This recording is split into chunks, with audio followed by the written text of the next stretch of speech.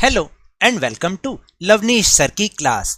आज की ये शिक्षा निदेशालय राष्ट्रीय राजधानी क्षेत्र दिल्ली की आकलन कार्य पत्रक नंबर 5 जो कि कक्षा 6 के विद्यार्थियों के लिए है, यह हिंदी विषय से लिया गया है और इसमें हमें एक गद्यांश दे रखा है जिसको पढ़ के, जिसको समझ के हमें उससे संबंधित प्रश्नों के उत्तर करने हैं और हर प्रश्न के 4 विकल्प हैं। सही विकल्प को चुनकर उसको पेन या पेंसिल से हमें काला करना है।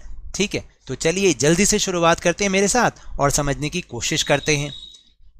निम्नलिखित गद्यांश को पढ़कर पूछे गए प्रश्नों के सही विकल्पों के सम्मुख बने गोले को पेन या पेंसिल से भरिए। केशव के घर कार्निस के ऊपर एक चिड़िया ने अंडे दिए थे। केशव और उसकी बहन श्यामा दोनों बड़े ध्यान से चिड़िया को वहां आते जाते देखा करते।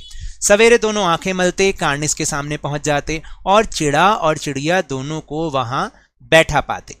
उनको देखने में दोनों बच्चों को ना मालूम क्या मजा मिलता। दूध और जलेबी की भी सुध नहीं रहती थी।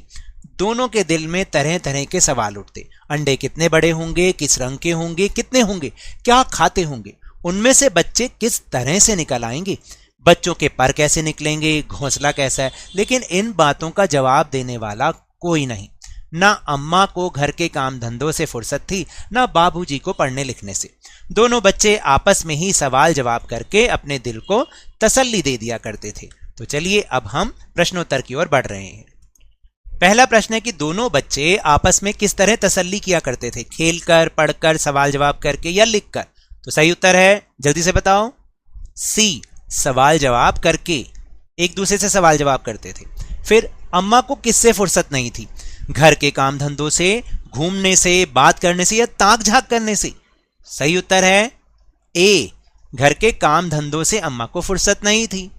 और चिड़िया ने अंडे कहां दिए थे, कार्निस के ऊपर, पेड़ पर, घोंसले में या फिर बाग में।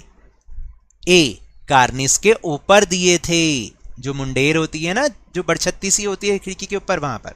पढ़ने लिखने से किसे फुर्सत नहीं थी, केशव को, बाबूजी को, श्यामा को या फिर अम्मा को। तो इसका उत्तर है बी, बाबूजी को। फिर इसके बाद है ऊपर शब्द का विलोम शब्द क्या होगा, यानी कि उल्टा। ऊपर का उल्टा क्या होगा, बगल, इधर, नीचे या फिर उधर। तो ऊपर का क्या होगा, नीचे, बिल्कुल सही। फिर इसके बाद है सवाल शब्द का अर्थ होगा। सवाल शब्द कहते किसको हैं, जवाब को, समाधान को, प्रश्न को या फिर समस्या को। सवाल का मतलब क्या, जवाब, समाधान या प्रश्न या फिर समस्या। सही उत्तर है सी, प्रश्न। प्रश्न को ही तो कहते हो ना कि सवाल करना है। फिर इनमें से संज्ञा शब्द क्या होगा, संज्ञा जानते हो ना, किसी का नाम होता है तो संज्ञा शब्द कौन होगा, केशव, अच्छा, वह या फिर सुखी। सही उत्तर है ए, केशव, बिल्कुल सही।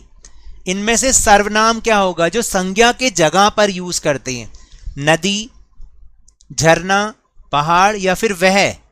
कौन सा होगा सर्वनाम जो कि संज्ञा की जगह पर यूज करते हैं, वो होगा डी, वह, क्योंकि ये किसी का नाम नहीं है ना, लेकिन उसकी जगह पर हमने यूज किया है। फिर इन शब्दों में से तत्सम शब्द चुनकर लिखिए, तत्सम जो कि संस्कृत भाषा से आए हैं। ध्यान, तसल्ली, दिल या फिर धंधे।